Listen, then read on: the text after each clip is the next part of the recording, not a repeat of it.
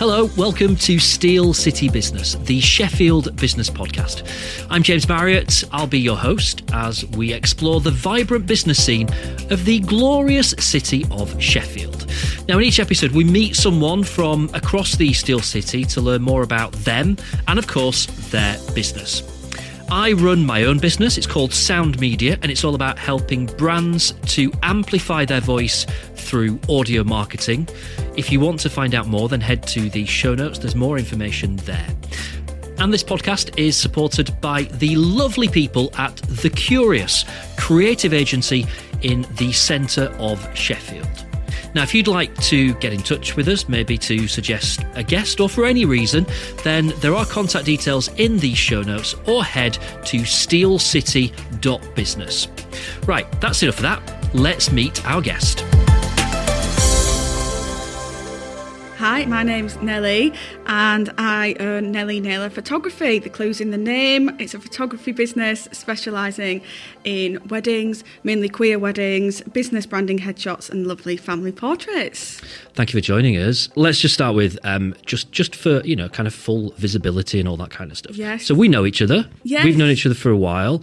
Anyone that is connected with me on LinkedIn and kind of sees my headshots that pop up thinking, wow, they're good. They were done by you. Yay. So that, but I'd like to think that we've kind of become friends as well over the years. So this might be I guess a friendlier conversation. Absolutely. We might get kind of past the point of just talking about straightforward business stuff over the course of this conversation. Exactly.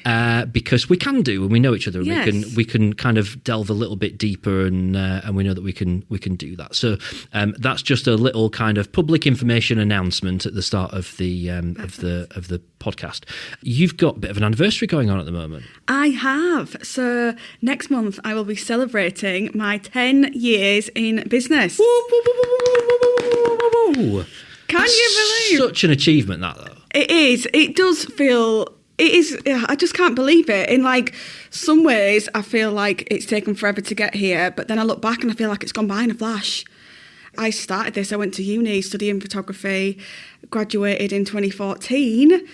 I started this business in my final year of university, and I've just gone on and developed, and 10 years strong.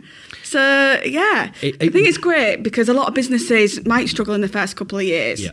So it is a well done to me. Pat on the back. Honestly, you really, really do, because I talk to people about, so this was my fourth business anniversary a few weeks back, and people say, God, you've done so well 4 years. Like you're a heritage business at 4 years old now. Oh, yeah. Because not that many people make it that far. So 10 years is fantastic, and you absolutely should give yourself a real pat on the back. Thank you. And I don't know if you're the same, but when I look back, particularly the first couple of years, and when people say that stat about the majority of businesses fail in the first 2 years or something, and you think, I can really understand why. I was really lucky. So I started my business after being made redundant, but my plan was to buy a house, so I'd been saving money up.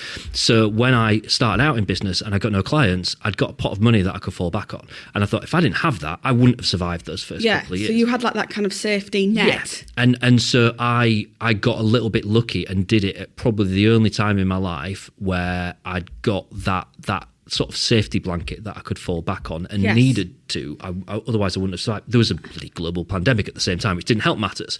But yeah, so you kind of look back and just think, it really, that first couple of years because everyone starts on 0 clients. Oh, don't yeah. they? And you just, and there's the days where you look at it and think, this is never going to work. It's just never going to happen. Definitely. I think it's important, those safety nets when you're first starting out is so vital. I mean, I left university and then kind of everyone was like, what are you doing? You're staying in Sheffield? And everyone just kind of fled and left and went back home to the parents and all of this. I was like, I'll probably do the same thing. So I did. And it was only because I was living back with my mum and dad that I had basically no overheads, so it was a great position to kind of start off with. So any money that was coming in.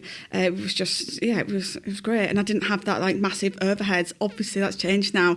But I definitely think when you're starting out a business, like, you know, thinking about those safety nets is really important, because you just need to have like little costs as possible. Yeah. Because you are starting from zero, from nothing. And probably most people start with kind of no money.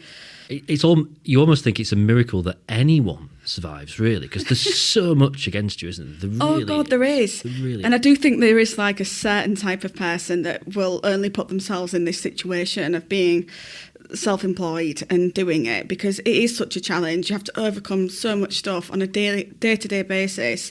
But I also think, like, you know, like you and me being self-employed, we do thrive off that challenge and learning and putting ourselves in difficult situations and being creative and thinking outside of the box. Like, you know, we're good at that and we thrive off it.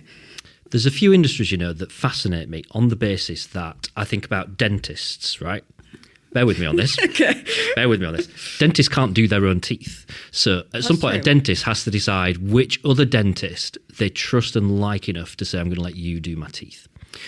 Photography falls into that category as well, because you can't take your own photos. No. You could try, but your arms just aren't long enough. Yes. So at some point, you've got to decide which other photographer you trust enough to take your photos for you. And I imagine that's really difficult, because when people go on your website and see photos of you, they're judging you on the basis of the quality of those photos, but they were taken by someone else. Yes, definitely. How does that work? How do you decide that? I've got a close friend of mine, actually, and he doesn't mind me kind of almost telling him what to do, because I guess I want photos of me shot in my style. I mean, you're going bit to the left, no, too far, bit to the right, up a bit. And like, can you make sure, like, basically I find the location, I know exactly what I want, I know what I'm wearing. I said, basically, I give him the settings of my camera, being like, this is exactly the settings that I want. I need it shooting a little bit higher. And then I will edit my own photos to kind of my style. And he's just so good with that, because, you know, he's a photographer as well. Dean, shout out to Dean. But yeah, he's great, because he really doesn't mind me. And then lots of people wouldn't like being micromanaged in that way, but he just totally gets it. It's like everyone has their style and they need photos of me to represent that style. And everyone always asks me as well, it's like, if I ever got married, like, who would take my wedding photos? Wow, yeah. Because that's a lot of pressure. Yeah. And who would do that? I don't know whether I've got a handful of photography friends, whether I just ask them all to come or bring a camera and just shoot the day and see what happens. And I have like random photos of everyone's different styles. Yeah. To be honest, we've not got that far ahead yet, but that is something that would be, I can't even imagine it, to be honest. There's only been a handful of times where I've been involved as a guest on a podcast that's been produced by someone else. And everyone has their own ways of doing things. Mm-hmm. And I can't sit here and go, my way is correct and other people's way is not correct, because it's all opinions and stuff like that. But there's been a couple of occasions where I've been involved in podcast recordings, and at the end they say, like, what did you think? And I sit there going, yeah, it was fine. And my head's going, you're terrible, you're rubbish. Could have done this, could have done that. Yeah, and I'm thinking, I wouldn't have done it like that. Yes. And the equipment, that you don't know what you're doing. And so it's there's a bit of leap of faith involved in anything like that. Less of a problem for me, but I imagine that is a... Yeah, even when I'm a guest at a wedding, like, I almost need to like have duct tape over my mouth and just like, Nell, don't say anything. You're here just to enjoy the day and be a guest. But like, when there's another photographer there, I'm like, oh God, I wouldn't have done that. That lighting's all wrong. Yeah. Or I would have done this a little bit better. But look, I'm a perfectionist, and what can I say? Can you ever let anyone else use your camera, or is that sacrilege? It's like if someone else touches it, it's burn it, stick it in the bin. I have done. It's in funny situations, actually. I've taken it on holiday. I tried to get like some nice photos of me and Beth together on holiday. Like, we never have any nice photos, and I'm like, give someone a camera. I was like taking some nice photos of her, and she was kind of like trying to take some nice ones of me. And then this person came along and was like, let me take some photos for you. And they were really just dead confident, being like, I'm a photographer, I can do it. Well, bless them, they took all these photos. We looked back, they were all blurred. every single one. I was like, honestly, it's harder than it looks. People are like, it's not just a click of the camera and a point and shoot. It's all about the settings. They've got the focus completely out. I was like, yeah, I tried. We tried, but we got blurry photos, and actually, they're probably some of my favourite, funniest photos of me and her, because it's just a fun story. That's good.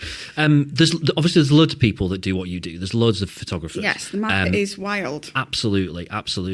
And I remember it would have still been during some version of lockdown or something when, I kind of thought, right, I really need some new photos doing. The ones that I was using were just kind of, cobbled together from decent ones that my friends had taken over the years and stuff like that.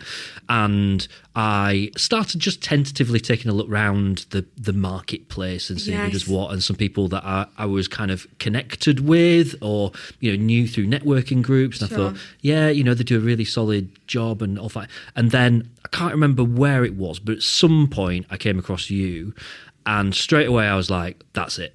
It's the deal is done, because you have a very definite style. Yes. And it's a bit different to, it's not, I wouldn't say that it's corporate.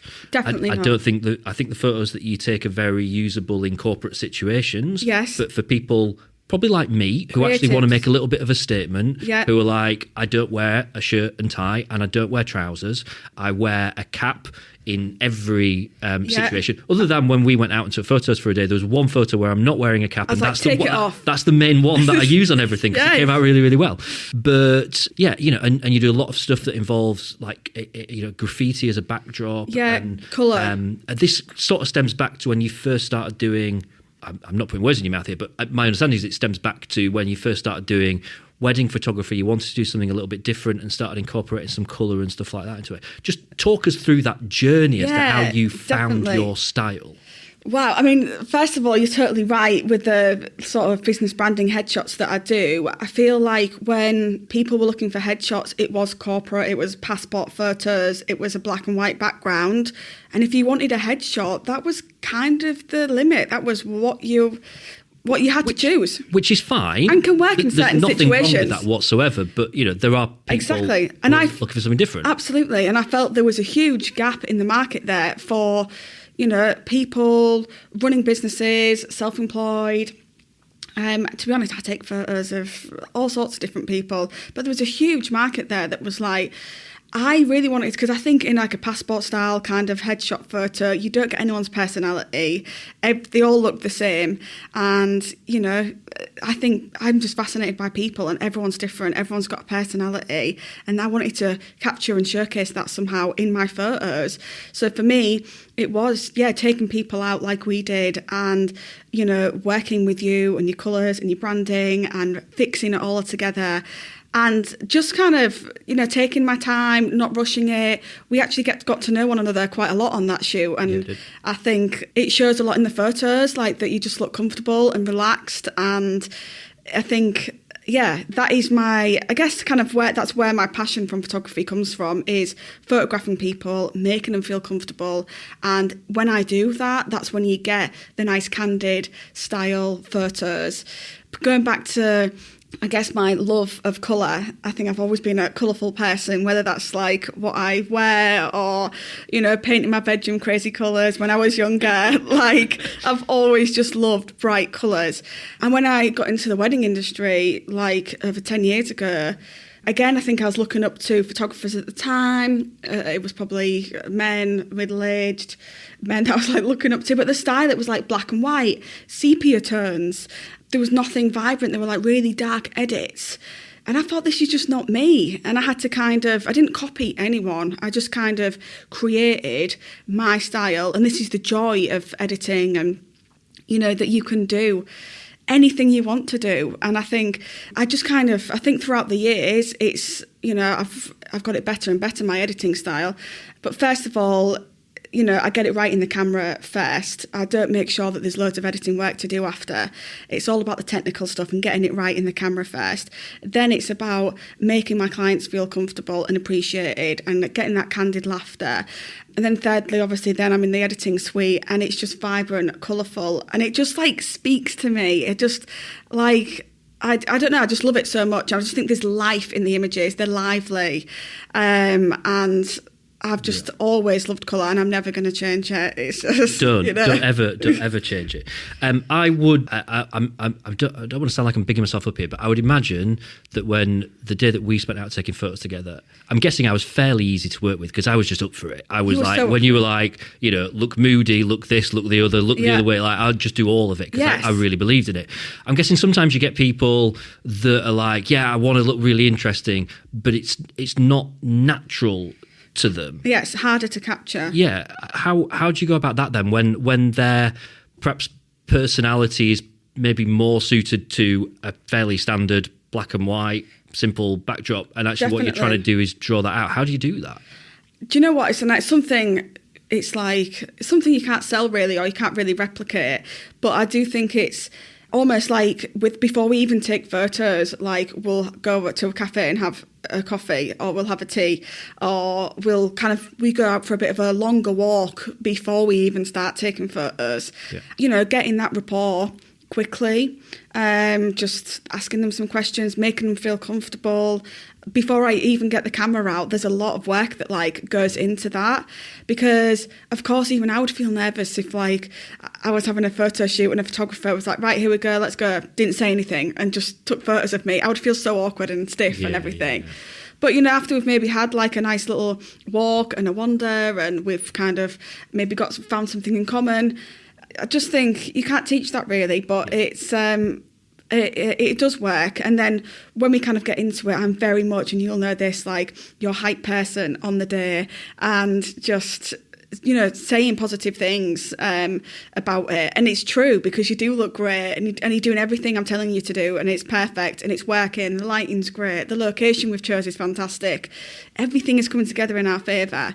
And for you, hearing that positive feedback, I think people just thrive off that. Yeah. And yeah, it does. And I often get loads of people, even yesterday, actually, I had a lovely wedding, and they sent me a message this morning saying, thank you so much for yesterday, Nelly.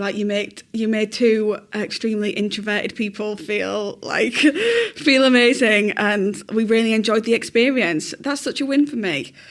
That's awesome. Awesome. I did come away from our session thinking, I'm going to drop podcasting, just become a model. I was so convinced that I was that good at it. What I love about it is, I don't know if this really happens, but I choose to believe that at some point, someone from a business who's researching podcasting, audio marketing, whatever, arrives on my website, looks at the photos and goes, no, he's not the right person for us, and moves on to someone else. Yeah. I love the thought of that it's captured enough of my personality that someone can decide, I don't think that I'm going to like him. Exactly. I can live with that, because it wouldn't be right in the first. But in the same, if I'm invited for a meeting somewhere and walk into an office and everyone sat there in silence wearing shirts and ties, I would say, honestly, we'll see how this conversation goes, but I'm not sure I'm going to be the right person to be able to come in and help you, because I am a hoodies and jeans and trainers guy. Casual kind of guy. That's who I am. So and that's the environment that I can thrive and be myself in. I can't. I'm too old to now be able to say, I'll adjust who I am to fit into your environment. Totally. Sorry, screw your environment. It's not right for me. There's someone else out there that is right for you. And I love the fact that you managed to capture that. And it's a weird thing to say, isn't it? No, I hope that someone sees that my photos and decide that they don't like me off the back of it. Likewise. But that shows that they've done a great job. Exactly. Thank you. And I think that's such a powerful statement, because I agree, the photos that kind of we captured together, it does capture your personality, it captures your business. They really kind of explain who you are. But that's perfect, because they're almost attracting the perfect clients for you. Yeah. And that's what I want them to do. Your photos should sell yourself, they should sell your business, you should sell your ethos and everything. And that's so it should be doing that. And likewise with my photos and everything, there'll be people that want dark and gloomy edited photos. I'm not the person for you. But people that come to me and it's we see your style, it's so vibrant and candid and natural, and, great, you're the one for me, So that's totally true. And absolutely. I think that's what I love to do. Weddings is a big part of your business, Yes. isn't it?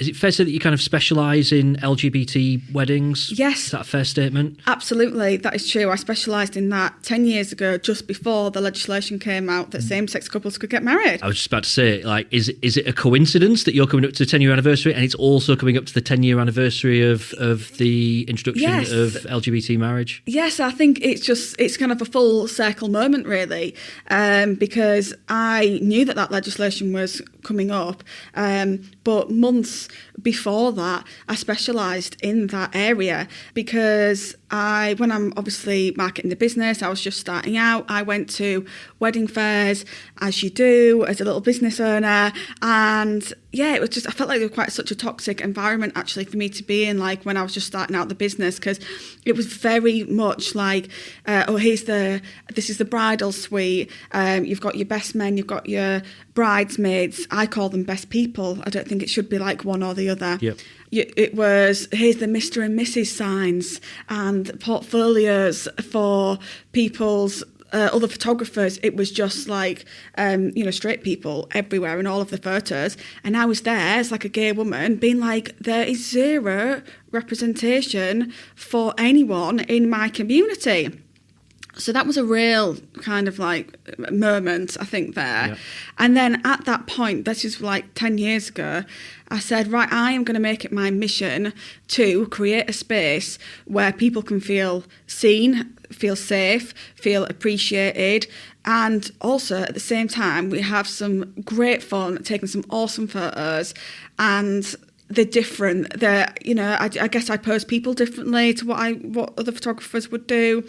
And yeah, so it kind of all tied in at the same time, really. And then the legislation came in 10 years ago. 2 weeks after, I did my wedding completely solo by myself and photographed 2 gay men getting married.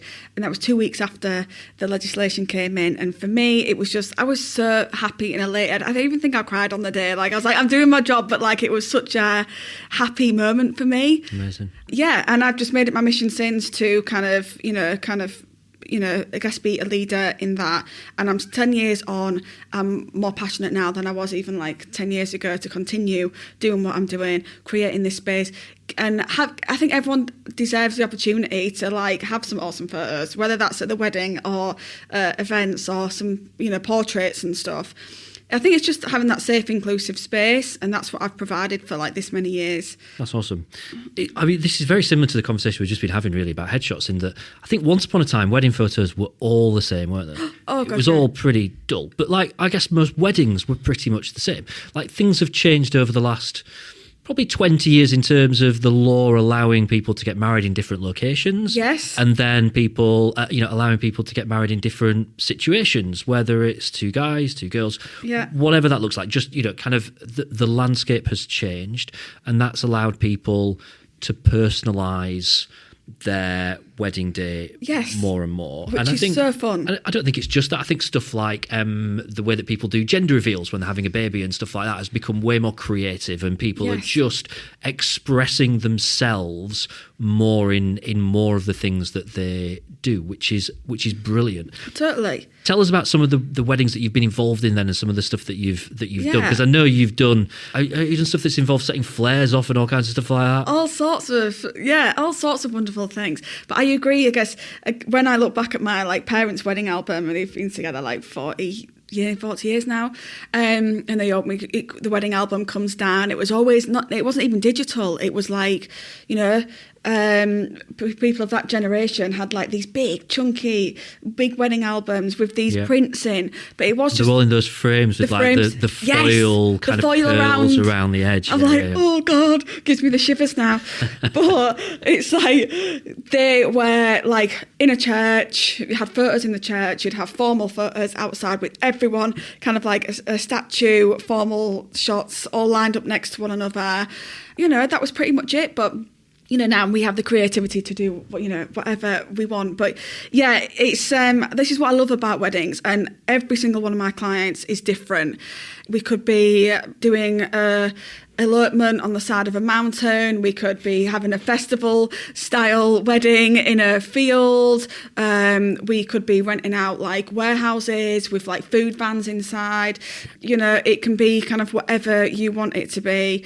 And also the format of the day can be so different as well. If you want to cut the cake at midday, do it. It doesn't need to be in like the evening. If you want to scrap the formal shots, great. Lots of people come to me actually saying, I don't want any of that. I just want you to be a little ninja on the day with a camera and just go around, blend in with the wedding and just capture everything going on, like documentary kind of style. Yeah. So yeah, whatever brief it is, I'll do it. But yeah, in terms of creative things, we've done a pride flag, smoke grenades that go off like in the back, so we create like a big kind of like pride smoke. Yeah, seen those by the way, look absolutely incredible. Yeah, those are amazing. What an amazing memento of such a special day. Exactly, and it's great when people are like holding those and walking towards me. I'm like, oh, this is great. We've done like, you know, long exposure things with lights, sparklers. I do off-camera flash, which is a little bit more technical. I won't go into that because it's slightly boring, but it creates like just really cool like images at night time with like umbrellas. And every single wedding, I almost like do something different every single time because I actually want to push my boundaries like further.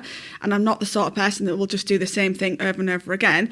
It's probably like being ADHD, I guess, but it's like I want to be different. And I find each wedding, new location, new exciting photo opportunities.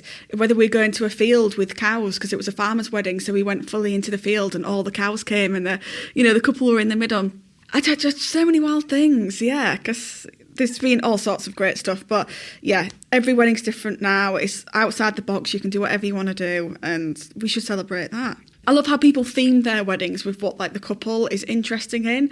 Like I've done one wedding that was just fully Star Wars themed because they were like so obsessed with Star Wars. So instead of confetti, we had lightsabers. Brilliant. And like everybody was just in, you know, instead of the confetti shot, got everyone lined up, but then everyone had a lightsaber and like coming through. I was like, this is great. You know, whatever people are interested in. I love people love Lego. So instead of flower centerpieces, they've had sets for everybody to make Lego. That's brilliant. Whilst they're, you know, whilst they're waiting for the meal, everyone's doing little Lego sets and things. Even painting, they've given everybody painting sets because they're like both artists and they're doing like, it's just, I like how people's personalities and the couple's personality and interests can reflect in the wedding day. Like, I know a couple of my friends are getting married. I spoke to them last week, actually. And the day after the wedding, they're having a full weekend. But the next day, they're having a sports day. Like, just everything. There's going to be races, sack races, just everything. Because they love sport and they love being outdoors. And it's just such a fun thing to do. It's like, yeah, great. I'm not trying to push you into anything here, but you and Beth have been together for a long time. Yeah, 7 years now. 7 years. Do you find yourself? I don't know if you've had conversations about marriage or anything like that, but obviously it's something that you're doing all the time. Do you find yourself like making a little note on your phone, thinking that's a good idea? Make a note of that for when it comes round. Yeah, for when it comes round. We actually joked about that last week actually because Beth was joking to some friends, being like, I think probably, you know, if we did discuss and it was going to happen, that I probably got a book underneath the bed that I'll just like bring out, and I'm like, basically I've got it all planned, like this. A greatest hits compilation. Yeah, basically. And this is totally, I do that all the time, like, oh, I wouldn't do that, oh, I love that idea, or, you know. But yeah, I guess, and I do get asked that quite a lot. I think being together that long, people have these assumptions that you're gonna get married and, I don't know, are we having kids, are we going to get married, are we going to do this, and we're like, just leave us alone. We love our life, you know, we love having our animals, we both self-employed, we like going away on holidays, we like having sleep, and we're happy and content right now. We don't feel, I guess, that we need to do that. Of course, we have spoken about it, and who knows, it could be on the cards, it would be nice, but equally, I guess, we're kind of, I guess, a little bit out of the box and in what we do. But I think, and you've got a hell of a that greatest hits album. It's going to cost you a fortune to do all that stuff. So there's some major cost considerations. Yes, there's no rush. I'd rather spend my money going on a nice holiday, I think, somewhere. So at the beginning we know each other, so I feel like I can ask this without worrying too much about how I phrase it. So how do you find being a gay woman in business? It was really difficult for me, to be honest. Like when I first started, Yeah, when I first started, it was like, right, how do I go about marketing myself? How do I put myself out there? And at times I felt very vulnerable, like unsafe. There was no real places. I literally thought that business people were men in suits, and that was who business owners were. Yeah. Of course, now I know lots of amazing people like yourself, and I've surrounded myself with amazing, people, but it's taken a long time to like get to that stage. I remember going to like networking events at like 7 o'clock in the morning and being the only female there and being the only like gay woman there, the only queer person there, and that was for years. And I just thought there must be other circles for me to get out there. I guess lots of people in the wedding industry as well, especially when I was starting, it was lots of people were older than me. I think I was. And I was also very different to my friends at the time and my family. None of my family's really self-employed. None of my friends were self-employed. I felt very alone, kind of like, what the hell am I doing here? Is it the right thing to do? But I also knew that I wouldn't be great in any kind of office situation job because my brain is too creative for that. Yeah.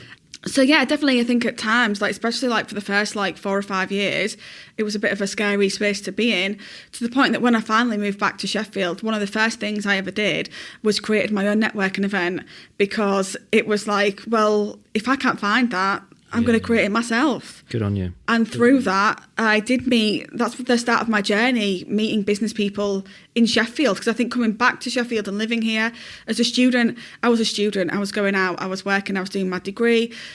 Coming back as a kind of person by myself, single, knowing Sheffield as a different city and not as a student, and being a business owner was a whole different ballgame. It's almost like I felt like I was going to come back to the city and it was just going to be like being at university.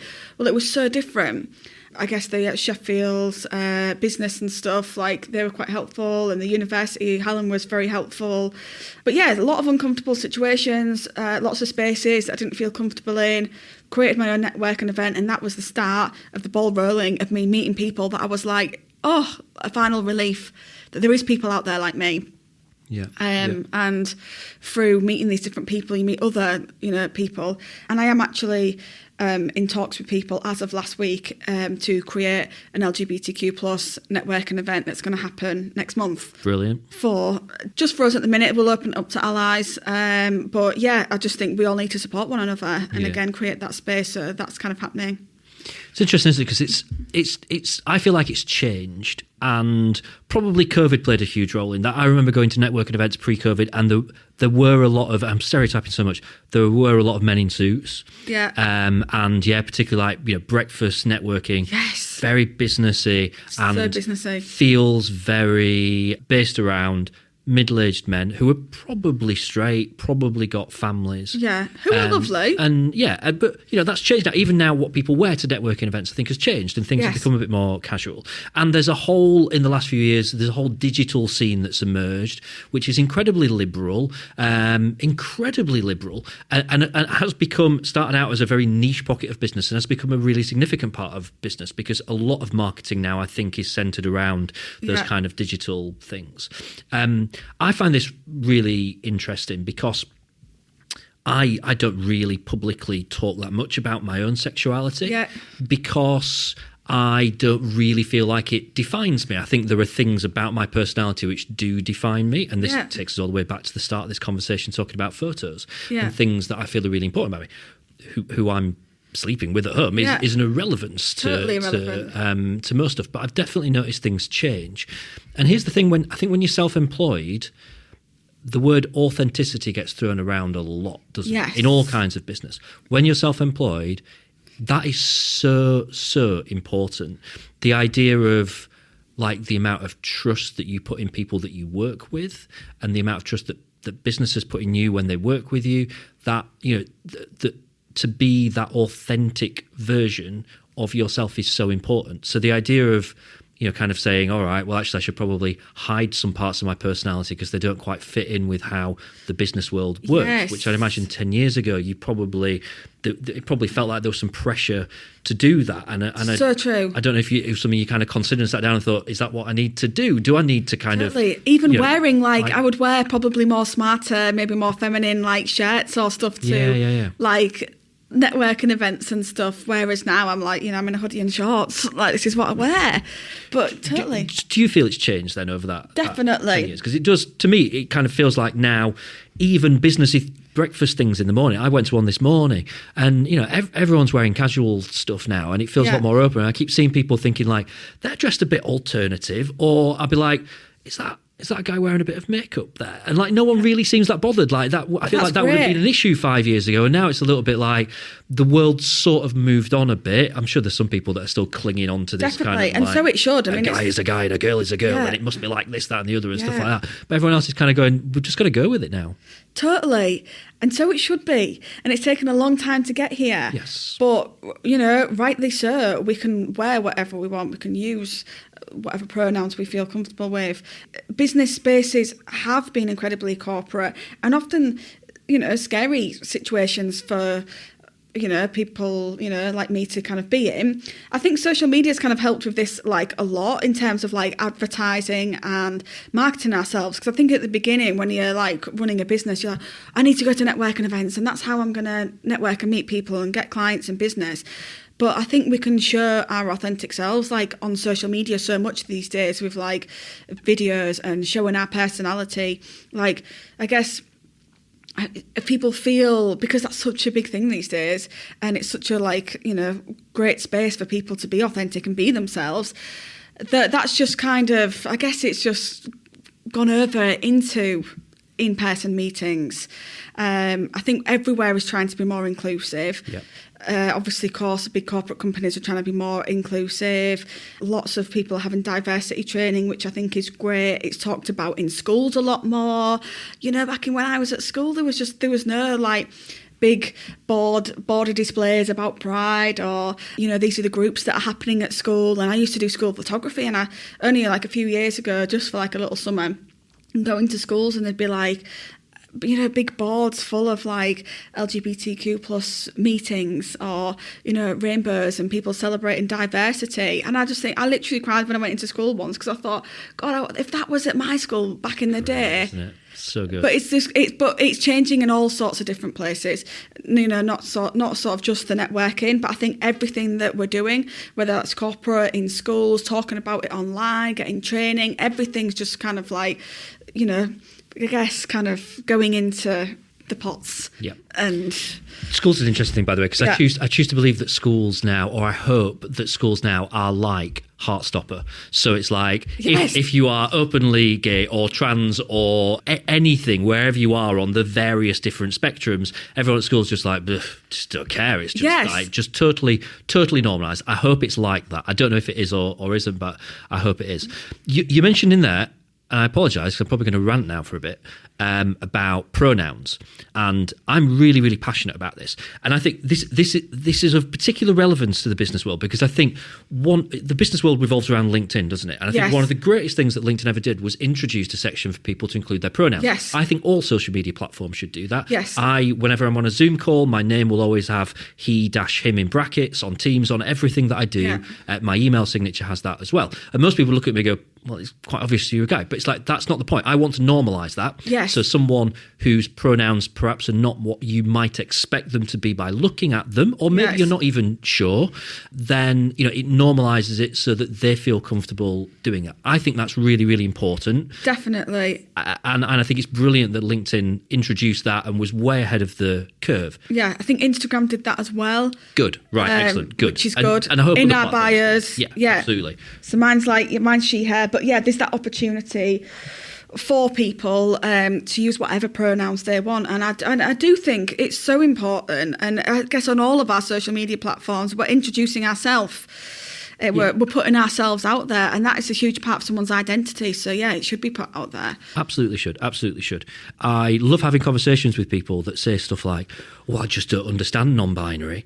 Like, why I see people in the street and I'm thinking I can't work out. Is it, are they male or female? I'm like, why are you thinking about what sexual organs they have when you see a stranger in the street? And why are you bothered? Why? Just let it be. Yes. How is it of any importance to you? Why should that person think, oh, well, Steve from Chapeltown wants to know whether I was born a boy or a girl when he walks past in the street, so I should probably dress different. Utter nonsense. Yes. My point of this, and the thing that I wanted to rant about slightly, and I choose to believe that some people just don't think about this, but it drives me at the wall when I see someone on LinkedIn who's used their pronoun section to put a little sales message. Oh. They've thought, I'll use that just to put something like expert in such and such.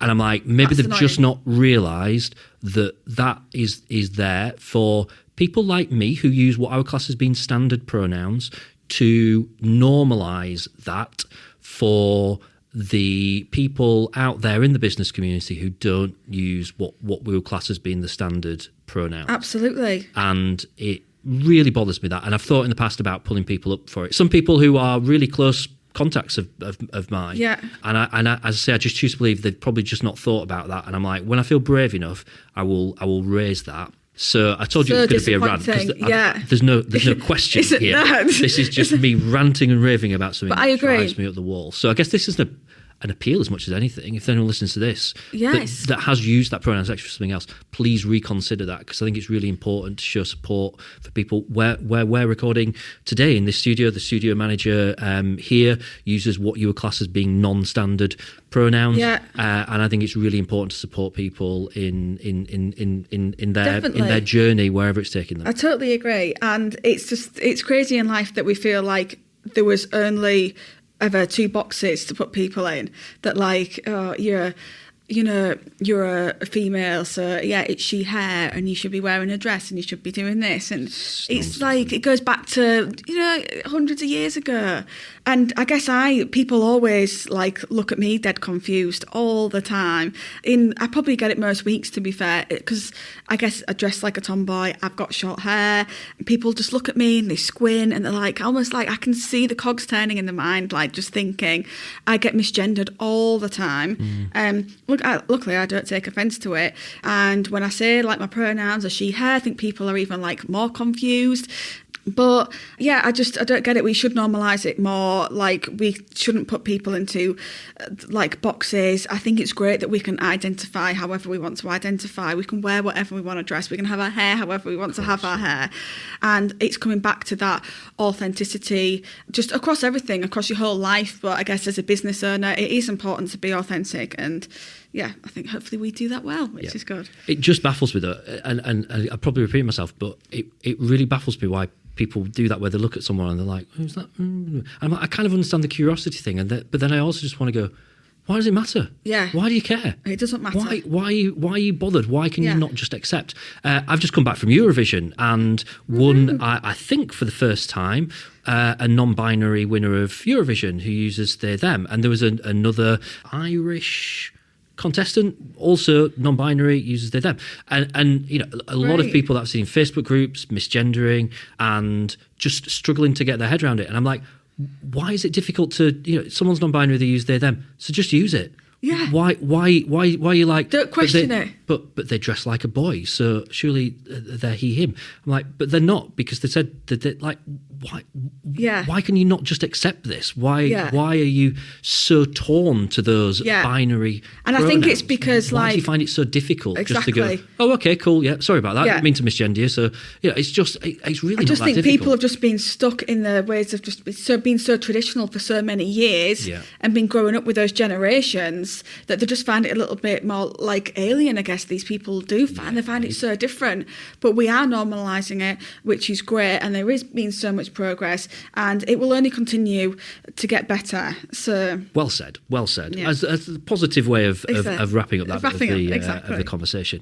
I realise time-wise as well, we've got to kind of wrap things up, and I feel like we've barely touched the surface. There's so much that we could talk about. So much. I always like to end these episodes by giving guests an opportunity to talk about something that they're maybe really passionate passionate about that maybe they've not really had the chance to talk about in a kind of a public forum before. Now, in a lot of ways, I feel like that's what we've done for quite a lot of this episode. But saying that, I know beforehand when we were chatting and you kind of touched on, mental health, ADHD and stuff like that. But just if there's anything that you feel really passionate about that you've never really had the chance to talk about in public before, I've just done it with pronouns. You have just so done it it could with just be a pronouns. rant if you want. But yeah, is there anything that you'd like to talk about? Gosh, yeah, I think if I start going on the ADHD thing, I end up going on like... Is that a separate podcast? I think it's like a whole separate podcast, basically. But yeah, maybe I'll plug my band, which we're talking about music. Oh, okay, yeah. And we're a cover band. We're called Undercover. But if anyone has, which is just such a bad name, really. So basically, I'm plugging out if anyone listens to this podcast and thinks of a new name for the band. Brilliant. And drop it in the comments. But we do covers, anything from like the 70s all the way up to like the recent hits of today. 2 set lists, like 40 minutes long, pub gigs, all sorts. We do open mics, we've done a few headline gigs. And do you know what I think? Maybe this is going into, I think when you're a business owner, it's really important to have like a bit of a side passion or something that you can switch off. And like music for me is that where I'm like, that's it now. I'm not looking at my phone. I'm not looking at my laptop. I don't know whether you're into gaming and things like that, but it's something that you can just switch off and do. And I think it's really important to have that. So whatever that is, I'm a real kind of advocate for doing that, and mine is being in the band and playing music. I was a guitarist for like years and years and years, but over the past 2 years I started to learn the drums, and it's the best stress relief I've like ever had. Just beat the shit out of it. Absolutely. It's just the best therapy I think ever, and yeah, so go do something that you love on the side. Unrelated news, your neighbours hate you now. Do you know what? Beth will not allow me to have a drum kit in the house. Oh, really? She's just totally vetoed that full idea. It's kind of sensible. Yeah. I'm probably on Team Beth on that one. That's probably does make sense. She's You don't want to vetoed start the a war drum with kit in the house, but we do share like this lovely community space where it's a room like this but full of instruments where you can just go in and practice and play and rehearse, which is great. So there's a lovely nice like community of us doing that. But yeah, go check us out on Instagram, Undercover Sheffield. Think of a new name for us. And if you like a song that you want us to cover, do it, because we're always looking for new songs. I can't help thinking, by the way, I've been to your house, and I think your house is on the end of a row. So I'm thinking like building an outhouse, like just for drumming. True. Just an idea. Could happen. I think there's space there to do it. Just plant that seed in public. No pressure, Beth, but we'll that'd be great. And then we could turn it into like a music studio / podcast space. Brilliant. Yes, Beth could record like fitness videos in there. It's multi-functional room. This is the best idea that I think either of us have ever had. Yeah, absolutely, we've got to do it. Nelly, it's been absolutely awesome to talk. I think I can't even remember what the first topic was that we talked about at the start of all this. We've covered loads of things. We've been on a real journey over the last 45-50 minutes. So it's been a real pleasure. Thank you ever so much for your time. Good luck for the future of the business. It'll not be long before I'm knocking on the door again saying it's time to update. I've got considerably less hair now than I did when we did the first set, so I'm like probably not that representative of where I am in life right now, but so yeah, that will not be far away. And thank you for joining us. Yes, thank you so much for having me. It's been a pleasure. Thank you. Thanks very much for listening to this episode of Steel City Business. It's been really lovely to have you with us. Now, you know how this works. If you've enjoyed it and you want in on future episodes, then just follow us on your podcast app or on YouTube. The show is very active on LinkedIn. Just search for Steel City Business and come and connect with me as well while you're at it. Big thank you to The Curious for helping make this podcast happen. There's loads more about the show at steelcity.business, and you can get in touch by emailing james@steelcity.business. And hey, if you're in business in Sheffield, then, well, why not put yourself forward as a guest for a future episode? And of course, we're always open for a good chat about how audio marketing could work for your brand. Until next time, thanks for listening.